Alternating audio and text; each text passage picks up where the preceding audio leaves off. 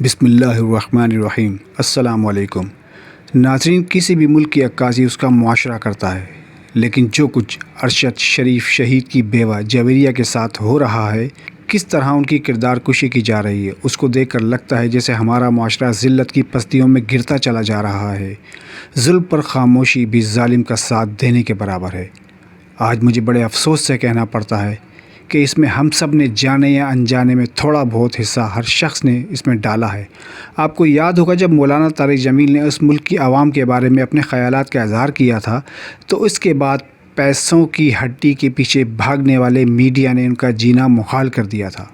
میں آپ سے سوال کرتا ہوں کہ ہمارے معاشرے میں جھوٹ نہیں بولا جاتا؟ کھانے پینے کی چیزوں میں ملاوٹ نہیں کی جاتی؟ رشوت کے بغیر کوئی بھی سرکاری کام ہو سکتا ہے؟ کیا ہم سب ایک دوسرے کو دھوکہ نہیں دیتے؟ کیا ہم ذخیرہ اندوزی نہیں کرتے؟ کیا ہم رمضان کے مہینے کو نیکی کمانے کے بجائے پیسے کمانے کا مہینہ نہیں سمجھتے؟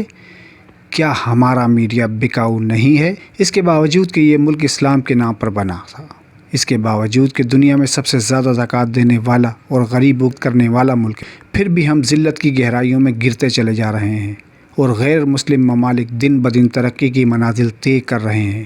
میں پورے معاشرے کو ہرگز الزام نہیں دے رہا، لیکن اس معاشرے کا زیادہ تر طبقہ اس گناہ میں شریک ہے۔ آج تو نون لیگیوں نے حد ہی کر دی۔ ارشد شریف کی بیوہ جو کہ ابھی عدت میں ہیں، ان پر نون لیگیوں اور پٹواریوں نے عدت کے دوران ہی عمران اسماعیل صاحب سے نکاح کا جھوٹا پروپیگنڈا چلانا شروع کر دیا۔ انا للہ و انا الیہ راجعون۔ کوئی بے شرمی اور ڈھٹائی کی بھی حد ہوتی ہے، لیکن یہ تو انسانیت سے بھی نیچے گر گئے۔ الزام لگانے والے اگر ایک نظر اپنے گھروں پر بھی ڈال لیتے تو شاید ان کی انسانیت جاگ جاتی، لیکن یہ ایسے بے ضمیر اور بقول بلاول زرداری کے بغیرت لوگ ہیں جو طاقت اور اقتدار کے نشے میں کچھ بھی کر گزرنے سے دریغ نہیں کرتے۔ مریم صفدر نے ارشد شریف کے جنازے کا مذاق اڑایا اور اب یہ پٹواری اس کو سلسلے کو آگے بڑھا رہے ہیں۔ ایکچولی آپ کو پتہ ہے کہ ارشد میرے شوہر کو 23 کو شہید کر دیا گیا تھا، تو اب میں نے جنوری سے اپنی جو ہے وہ کام کی ذمہ داریاں سنبھالی اور میں ورک فرام ہوم کرتی ہوں، یعنی کہ میں اپنے شوہر کی عدت شرعی عدت پوری کر رہی ہوں، اور ویسے بھی شہید کی زوجہ ہوں تو عدت تو خیر ساری زندگی ہے۔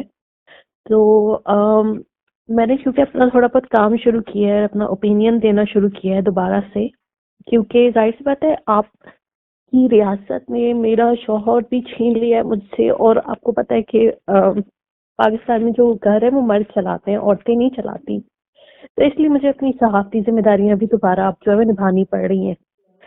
اور اس دوران میں نے یہاں تک کہ اپنے وکلاء تک سے جو میٹنگز کی ہیں وہ ویڈیو لنک پہ کی ہیں کہ میں ٹی وی انٹرویوز اتنے نہیں دے رہی، میں کہیں جا بھی نہیں رہی، میں mostly inside my house and mourning for my husband. اور اس میں یہ کمپین چلنا یہی ہے کہ ظاہر سی بات ہے کہ ایک تو میں شوہر کے انصاف کے لیے کام نہ کر سکوں، اپنا کام نہ کروں، اور مس جویریہ اس سے بدتر تو شاید کوئی ہو نہیں سکتا۔ یہ ایسا محسوس ہو رہا ہے جس طرح جیسے گدھ انسان کا نوچ نوچ کر گوشت کھاتے ہیں، یہ اس طرح کا ایک رویہ ہے۔ لیکن یہ کون پاسبلی کر رہا ہوگا؟ یہ کس کے ذہن کی یہ اختراع ہے اور یہ کیا کرنا چاہ رہا ہے اسے؟ دیکھیے، اس ملک میں کسی بڑے چھوٹے کا کوئی احترام نہیں ہے۔ اس ملک کی سیاست اشرافیہ غلاظت میں ہے، جب دیکھو آڈیو ویڈیو لیک سامنے آتے رہتے ہیں، ایک دوسرے کی کردار کشی کرتے رہتے ہیں۔ ساری عوام کو تو اپنے جیسا نہ یہ لوگ سمجھیں نا، ٹھیک ہے۔ اور میں چونکہ اپنے ہسبینڈ کے لیے بہت ووکل ہوں، ان کے انصاف کے لیے آواز اٹھا رہی ہوں، تو شاید مجھے اس لیے جو ہے وہ سرٹن جماعتوں اور کوارٹرز کی طرف سے نشانہ بنایا جا رہا ہے۔ اور یہ بڑی افسوس کی بات ہے کہ پہلے آپ نے میرا شوہر چھین لیا، اب آپ لوگ میری کردار کشی کر کے میری عزت سکون بھی خیر چھین لیا ہے، پہلے اس خوشیاں بھی چھین لی ہیں تمام۔ دیکھیں، میں نے آپ کو بتایا کہ میں شرعی عدت کر رہی ہوں، تو میں لوگوں سے نہیں ملتی، اور میں کوئی بھی اس ٹائم پہ کافی لوگ ملے تھے اور لوگوں نے اپنے پیغامات دینے کی کوشش کی تھی جو پہلے 2-3 دن تھے، کیونکہ اس وقت بہت رش تھا ہمارے گھروں میں اور بہت لوگوں کا آنا جانا تھا، لیکن میں بہت سائڈ پہ رہتی ہوں، میں زیادہ لوگوں سے بات نہیں کرتی۔ میرے پیرنٹس ایک بہت کھاتے پیتے گھرانے سے ہیں، الحمدللہ ارشد نے بھی ہمیں دنیا کی ہر آسائش جو ہے وہ پرووائڈ کی، لیکن بطور صحافی چونکہ میں ان کی زندگی میں بھی کام کر رہی تھی، تو میں آگے بھی کرتی رہوں گی تاکہ مجھے کسی کے اوپر فائنینشلی طور پر جو ہے وہ ڈپینڈ نہ کرنا پڑے. لیکن جب تک ارشد زندہ رہے تھے ساری گھر کی ذمہ داریاں وہی نبھاتے تھے اور میں صرف شوقیہ کام کرتی تھی. جی جب ہمارے کولیگز بھاگ گئے, ہمارے دوست بھاگ گئے, ارشد کے وہ دوست بھاگ گئے جن کے ساتھ وہ کھانے کھایا کرتے تھے, کیکس کاٹا کرتے تھے, تو بہت سے نئے لوگوں نے ان کی جگہ لے لی, عوام نے ان کی جگہ لے لی. تو عوام کی تو بہت بڑی تعداد ہمارے ساتھ ہے, وکلاء کی بھی بہت بڑی تعداد ہمارے ساتھ ہے. اسی طریقے سے بہت سے ایسے بھی میڈیا کے لوگ ہیں یا سوشل میڈیا کے لوگ ہیں جو ہمارے ساتھ ہیں اور ہمارا ساتھ دے رہے ہیں, کیونکہ ہر کوئی جو ہے وہ پیسے کا غلام نہیں ہے اس ملک میں, یا سیاسی پارٹیوں کا یا اداروں کا نوکر نہیں ہے. وہ انڈیپینڈنٹ لوگ ہیں, ان کی اپنی آواز ہے, میری طرح وہ خود ارن کرتے ہیں اور ٹیکس پیئر ہیں, باعزت شہری ہیں اس ملک کے.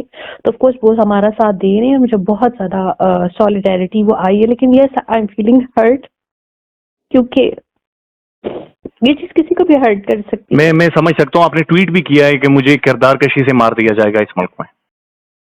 آف کورس اگر ملک میں خواتین کی عزت نہیں ہے تو پھر کیا مطلب اسلامی جمہوریہ کس نام کا یہ ملک ہے؟ آپ لوگوں کے اوپر ان کی مطلب مارننگ پیریڈ میں ان کے اوپر آپ لوگ گندے الزام لگا رہے ہیں, اور ایسے لوگوں کے ساتھ جن کو میں جانتی بھی نہیں ہوں.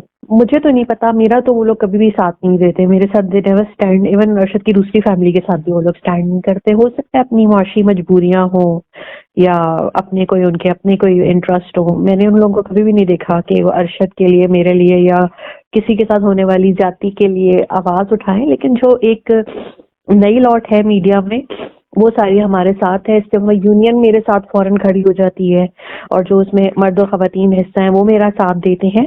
لیکن وہ جو ایک بڑے بڑے جو گادری قسم کے آپ کو نظر آتے ہیں نا, لکھنے والے, بولنے والے اینکرز, وہ بہت منافق بن جاتے ہیں اور وہ کچھ نہیں بولتے. انہوں نے ارشد کا بھی کوئی ساتھ نہیں دیا جب ارشد میں مشکلات تھیں. ارشد کی شہادت پہ بھی 1-2 لائنیں لکھی ہوں گی, اس کے بعد سے وہ غائب ہیں. اور کیا انہیں نہیں پتا, کیا میڈیا کو نہیں پتا, کیا اخبارات کو نہیں پتا کہ میرے خلاف یہ مہم چل رہی ہے؟ وہ کبھی بھی نہیں کرتے.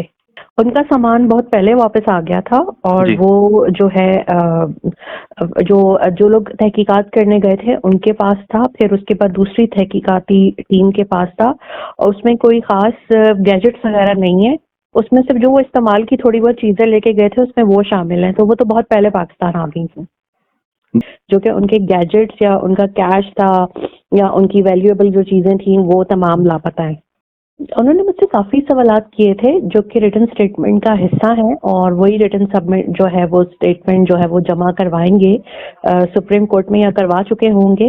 اور سب مختلف نوعیت کے سوال تھے جو کہ انہوں نے مجھ سے پوچھا اور میں نے ان سے پوچھے. ظاہر سی بات ہے وہ انفارمیشن چاہ رہے تھے, اور میں تو ہر ادارے کے ساتھ کوآپریٹ کرنے کو تیار ہوں, چاہے وہ کینیا میں مجرمان کو پکڑنے کے لیے ہو, چاہے وہ یہاں پہ جو ہے ملزمان اور مجرمان کو پکڑنے کے لیے ہو, کیونکہ انویسٹیگیٹ تو انہوں نے ہی کرنا ہے. اور دوسری چیز یہ ہے کہ میں نے کافی چیزوں کا ان سے کہا تھا, کہ اسپیشلی یہ کہ دبئی میں وہ کون شخص تھا جس نے انہیں آ کے جو ہے وہ وہاں سے نکلوایا اور یہاں پہ بھجوایا, اور پھر وہاں پر جو ہے وہ اس رات کو کیا کیا ہوا, اور جو بہت ایک بڑا کوسچن مارک ہے سب کے اوپر, ان کو ہسپتال کیوں نہیں لے کے جایا گیا؟ ہسپتال لے کے جانے کے بجائے ادھر کیوں لے گئے فارم ہاؤس پہ؟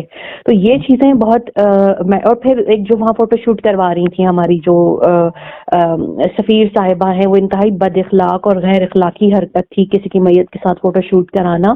اور پھر وہ پولیس والے کہاں ہیں